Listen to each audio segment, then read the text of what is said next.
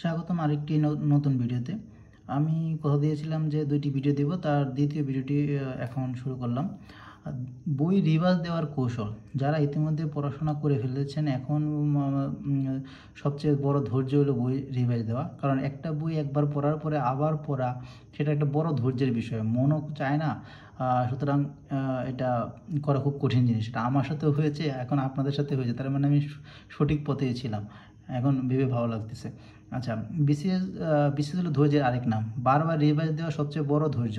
সেক্ষেত্রে বড় ধৈর্যের ফলাফলের জন্য অপেক্ষা করা। যত বেশি রিভাইজ দিবেন আপনার ভুল তত কম হবে। আপনি যত বেশি রিভাইজ দিবেন তত আপনার ভুল তত কমে যাবে, আপনার নেগেটিভ বা মার্ক তত কমবে। এখন রিভাইজ দেওয়ার কিছু নিয়ম আছে। যেমন আপনি রিভাইজ দেওয়ার ক্ষেত্রে নতুন বই আর কিনবেন না। আপনি যত বই কিনেন না কেন, 70 বিসিএসের আপনার যে সিলেবাস আছে তার 70% বেশি আপনি কখনোই পড়তে পারবেন না, যত বড় মেধাবী হন বা না হন। কারণ ওইখানে দেখবেন যে একটা সব সিলেবাসের শেষে একটা ইত্যাদি থাকে। ইত্যাদি মানে এটসেট্রা, মানে আরও অনেক কিছু আছে। তার মানে কি, আপনার এছাড়াও এর বাইরেও আরও অনেক সিলেবাস আছে যেগুলো থেকে পিছিয়ে চাইলে প্রশ্ন দিতে পারে। সুতরাং আপনি কখনোই 70%-এর উপর পড়াশোনা করে শেষ করতে পারবেন না।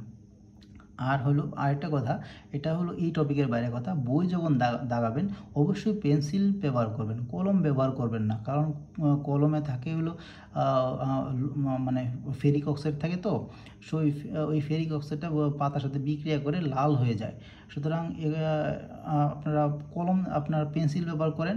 কারণ একটা বই একবার পড়ার পরে যখন আবার কলমে দাগানো বইটা একবার পড়ার পরে আবার যখন পড়বেন, বইটা দেখবেন কিছুদিন 1 মাস বা 1.5 মাস যাওয়ার পরে বইটা লাল হয়ে গেছে, ওই বইটা আর পড়তে ইচ্ছা করে না। আবার নতুন বই যে কিনবেন তাও টাকা নষ্ট। সুতরাং পেন্সিলে দাগান, বইটা অন্তত পড়তে ইচ্ছা করবে। একটা কমন উদাহরণ দিই। আমাদের যখন নতুন বই কিনতাম তখন 1-2 দিন আপনার আগ্রহ করেই পড়তাম। কারণ নতুন বইয়ের ঘ্রাণ খুব সুন্দর লাগে, বারবার ঘ্রাণ নিতাম, টাকার ঘ্রাণের মতো। টাকা যেমন নতুন নোট পেলে আমরা ঘ্রাণ নিই, তেমনি বইও আমরা নতুন বই পেলে ঘ্রাণ নিতাম। পুরাতন বই কেউ কিনতে চায় দেখছেন, যাদের সামর্থ্য কম তারাই কিনে। আর বিসিএসে পুরাতন বই না কিনে না বললেই চলে। সুতরাং এটা একটা অফ টপিক কথাবার্তা। সুতরাং আপনার পেন্সিলে দাগাবেন, তাহলে বই আপনার পড়ে মজা পাবেন। আর হ্যাঁ, এখন রিভিউ বা রিভাইজ দেওয়ার ক্ষেত্রে প্রতিটা বই বা প্রতিটা সাবজেক্ট রিভাইজ দেওয়ার জন্য 7 দিন সময় রাখবেন। কতদিন? 7 দিন আপনি সময় রাখবেন। তারপর দ্বিতীয়বার যখন রিভাইজ দেবেন তখন সময় রাখবেন 3 দিন। প্রথমে হলো 7 দিন, পরবর্তীতে হলো 3 দিন। এই 3, তাহলে প্রতিটা বই গড়ে হলো 10 দিন। ঠিক আছে, 2বার রিভিশন সময় পাবেন, হলো প্রতিটা বই গড়ে 10 দিন। এখন আমি বলবো যে কীভাবে আপনারা রিভাইজ দিবেন। তাহলে রিভাইজের সময়টাও কম লাগবে, আপনার পড়তেও ভালো লাগবে। আমি যে টেকনিকটা ফলো করেছিলাম সেই টেকনিক আপনার বলতেছি। সেটা হলো প্রতিদিন 3টা বিষয় অবশ্যই পড়বেন। কখনো 4টা বিষয় পড়তে যাবেন না, তবে 2 দিনে 4 থেকে 5টি বিষয় পড়বেন। সেটা কিভাবে সেটাও দেখাচ্ছি। আবার বলতেছি, রিভাইজ দেওয়ার সময় 3টি বিষয় একদিনে পড়বেন এবং 2 দিনে 3 থেকে 4টা, সেটা বলতেছি একটু পরে। এমন হলে প্রথম রিভাইজ মানে ফুল সিলেবাস শেষ করতে আপনার 20 থেকে 22 দিন সময় লাগবে। ফুল সিলেবাস, কারণ একবার যখন পড়ে ফেলছেন, প্রথম যখন সম্পূর্ণ পড়েছেন তখন আপনার সময় লাগার কথা 4 থেকে 5 মাস। ফুল সিলেবাস আপনার বইটা পুরো একবার পড়া হয়ে গেছে, তখন সেটা আবার যখন রিভাইজ দিতে যাবেন, যদি টেকনিক ফলো করেন, সেটা আপনার রিভাইজ দিতে সময় লাগবে 20 থেকে 22 দিন। যদি ভালো করে পড়েন, মনোযোগ সহকারে পড়েন, আমার কথা মতো যদি পড়েন। আর আমার হলো পড়াশোনা একটু কঠিন হবে, পরে যেন সুখ পাবো। আপনি অল্প পড়বো পরে হাউতাশ করবো, এটা আসলো আমি যদি পড়তাম তাহলে, এরকম নয়। আমি হলো পড়বো, বাকিটা পরেও দেখা যাবে। আমি আমার কর্ম করব, কর্মফলের আশায় আমি বসে থাকবো না। কে দেখাবে তারপর আমি একটু ভালো মার্কস করবো, ওরকম না। আমি নিজে প্রস্তুতি নিয়ে যাব, আমি কারটা দেখিও না, কারো দেখাও না। আচ্ছা, আর হলো দ্বিতীয় রিভাইজে আপনার সময় লাগবে 10 থেকে 12 দিন, কারণ আপনার অলরেডি 2টা রিভাইজ হয়ে গেছে, একবার পড়ছেন। সুতরাং দ্বিতীয় রিভাইজ বলে আপনার 10 থেকে 12 দিন সময় লাগার কথা, এর বেশি লাগার কথা নয় যদি আপনি ভালো করে পড়ে থাকেন। এখন কৌশল, প্রথম দিন যে কোনো একটা বিষয়, যে কোনো বিষয় কী হতে পারে, আমার জন্য যে কোনো বিষয় ছিল হলো বাংলা, বাংলাদেশ বিষয়াবলী, ইন্টারন্যাশনাল অ্যাফেয়ার্স, ভূগোল, নৈতিকতা না পড়লেও চলে, নৈতিকতা পড়ার জন্য একটা বই দেব। সেই বইয়ে বইটা যদি আপনি একদিন পড়েন তাহলে নৈতিকতা আপনি 6+ মার্কস পাবেন নৈতিকতা থেকে।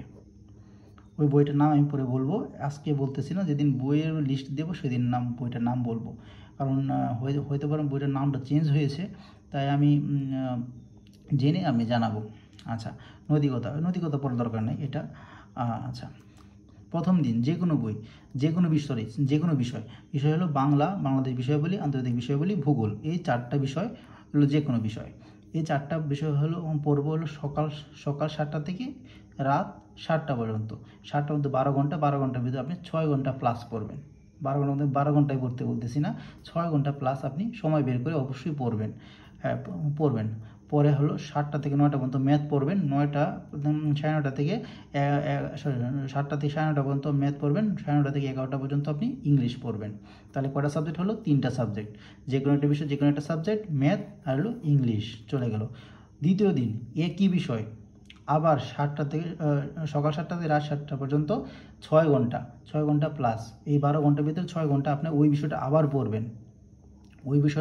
মানে গতকাল যেখান থেকে শেষ করেছিলেন সেখান থেকে আবার শুরু করবেন, ধারাবাহিকভাবে শেষ করবেন।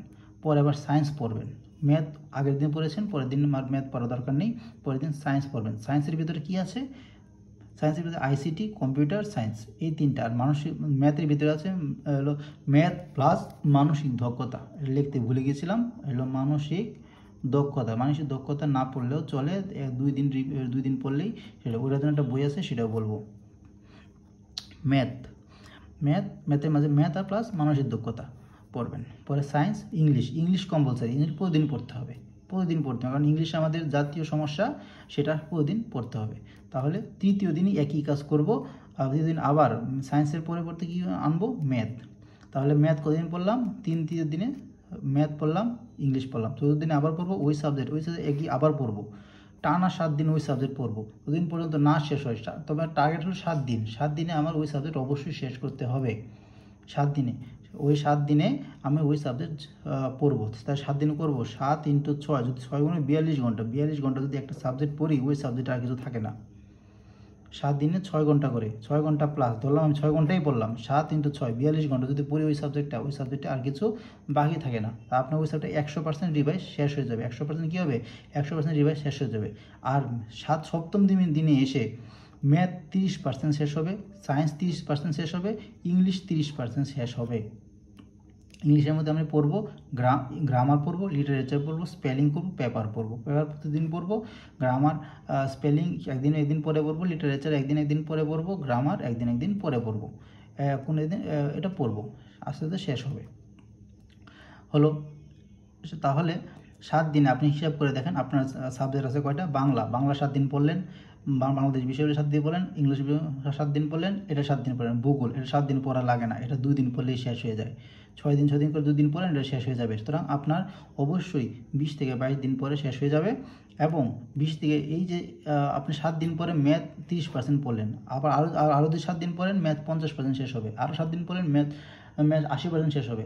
আরও 7 দিন পরে ম্যাথ 100% শেষ হয়ে যাবে। এভাবেই 30 করে শেষ হয়ে যাবে। সুতরাং আমি যেটা বলেছি, 20 থেকে 22 দিনে আপনার ফুল কোর্স শেষ হয়ে যাবে যদি এভাবে আপনি পড়া শুরু করেন। এবং পরবর্তী রিভিশনের সময় আবার এই যে 7 দিন না, পরবর্তী রিভিশনে আপনার 3 দিন সময় লাগবে। 3 দিনে আপনি একটা সাবজেক্ট শেষ করে ফেলতে পারবেন পরবর্তী রিভিশনে। এবং তার পরবর্তীতে আবার 2 দিন সময় লাগবে। যদিও আপনারা কখনো চতুর্থবার রিভিশনে হয়তো সময় পাবেন না, দ্বিতীয় বা তৃতীয়বারের রিভিশনের সময় হলো পেতে পারেন। এটাই আমার রিভাইজ দেওয়ার কৌশল। আমি এভাবেই রিভাইজ দিয়েছি। যদি কেউ বলেন যে আমি এখন বানিয়ে বলছি, তো বানিয়ে কেন বলবো? মিথ্যা বলার আমার কোনো শখ নেই, আমি কখনো মিথ্যা কথা বলি না।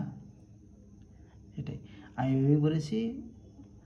ঈশ্বর আমাকে এভাবেই ক্যাডার করেছেন। আমার পরিশ্রম, আমার তো মেধা নেই, আমি পড়তে ক্যাডার হয়েছি। ধন্যবাদ আপনাদের। ভুল ত্রুটি হয়ে গেলে ক্ষমা করবেন।